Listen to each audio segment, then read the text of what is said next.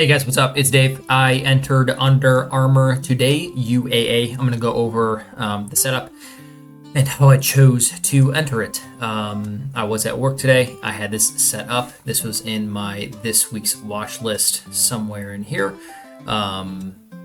wherever it was. So all these names I'm watching, and I just had my my TradeIdeas 360 pulled up where everything is just showed nicely during the day. So I found this setup, I liked it, and I took it. So going over everything up top here, short float, 14%, not a high days to cover, but basically this is the generalized look on the chart.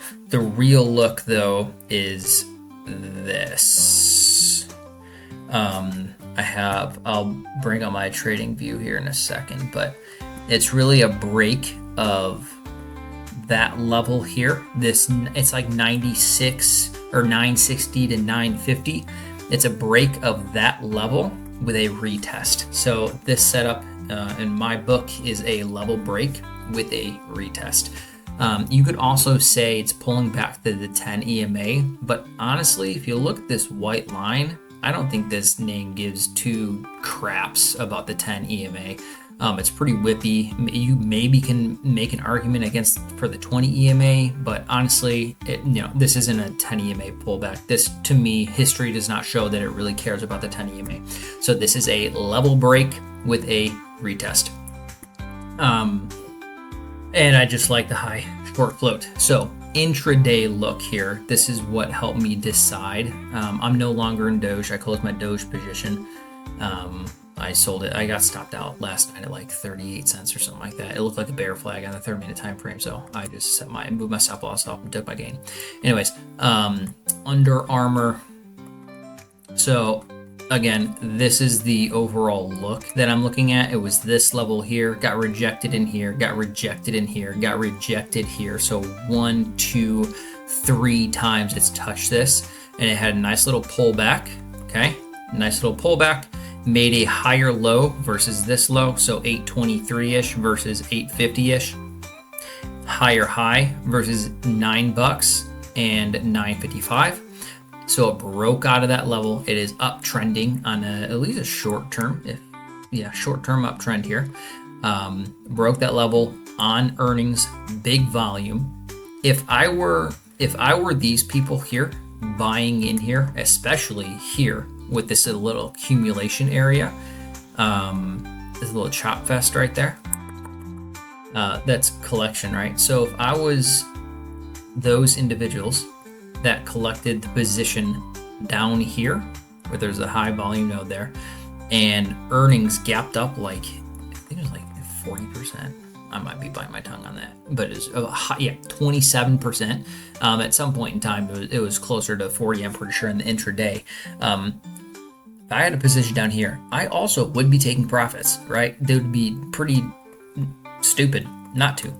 And so I was kind of looking to see what this gap would do. So we do still have a gap that's not filled here with a retest. So going on the 30-minute time frame, this is the anchor view from there.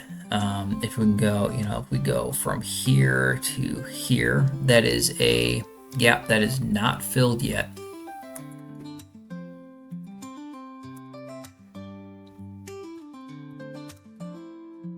Okay. Is a gap a gap that is not filled. And on the 30-minute, you can see past couple of days, it created some consolidation, some zoning here, B profile here, okay?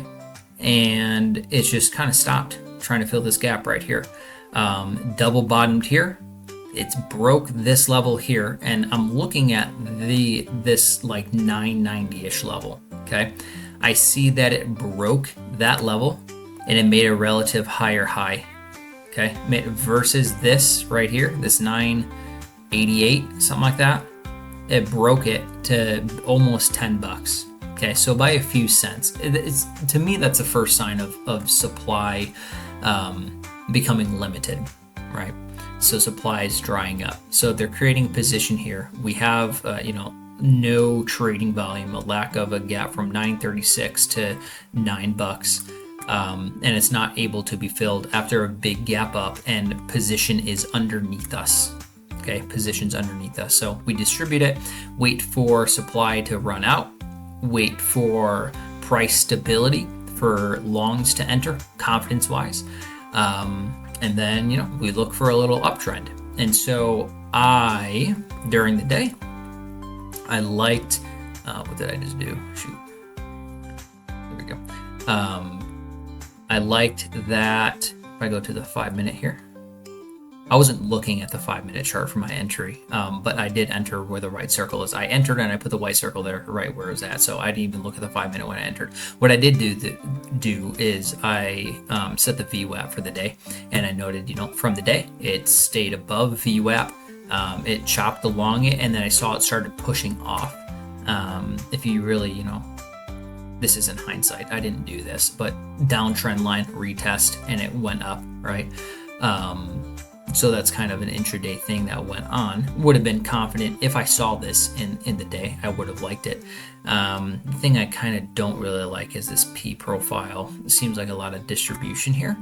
What ended up, it would have been nice if it just hit off this off the VWAP and continued on and trending upwards to start filling this supply area here. But it did not. So if we go back on the 30-minute time frame, we just have nothing but just bars that are not even touching. So all of these areas are supply zones. Any of the overlapping or the parts that are not overlapping is a supply area, or what JJ teaches, single prints, and they trade mostly futures. And volume profile and all that good stuff. But I apply the concepts to candlesticks and trading. And so all of this is like single print supply area, but there's not a lot of volume through it. So price can move pretty quickly. And then, maybe if it can break this $10 range, maybe it can move nicely, chop around this 1060 to 1030 range, maybe pull back because it hits a little of supply. We also had the VWAP from the post earnings gap that's around there. So I could see supply being entered around 1050, maybe chop around, create a higher low, and then it can go test this $11 range, this supply up here. So that's kind of how I'm looking to manage it. I did set my stop loss to 955, so it has to take out the low of today in order to get me out, which means technically you could still set a higher low here. I could have done better and really set my stop loss at 935 instead of 955. That's when I'd really be wrong, but I'd rather be wrong quicker and just save my time instead of just hold and just wait for me to be wrong. Or maybe that's just me trying to justify what I did. Probably that. Either way. All right, that's the look. That's my plan to manage it, and I will be, obviously, if I get tagged out, I'll do another video, and that it didn't work until I take profits. I'll just keep managing it. Hopefully that helps. Hopefully you guys get something from this. If you enjoy these, like, share, subscribe, all the good stuff. If you guys really want to learn how to trade professionally, join other new traders, professional traders, come join us at MicroE Futures.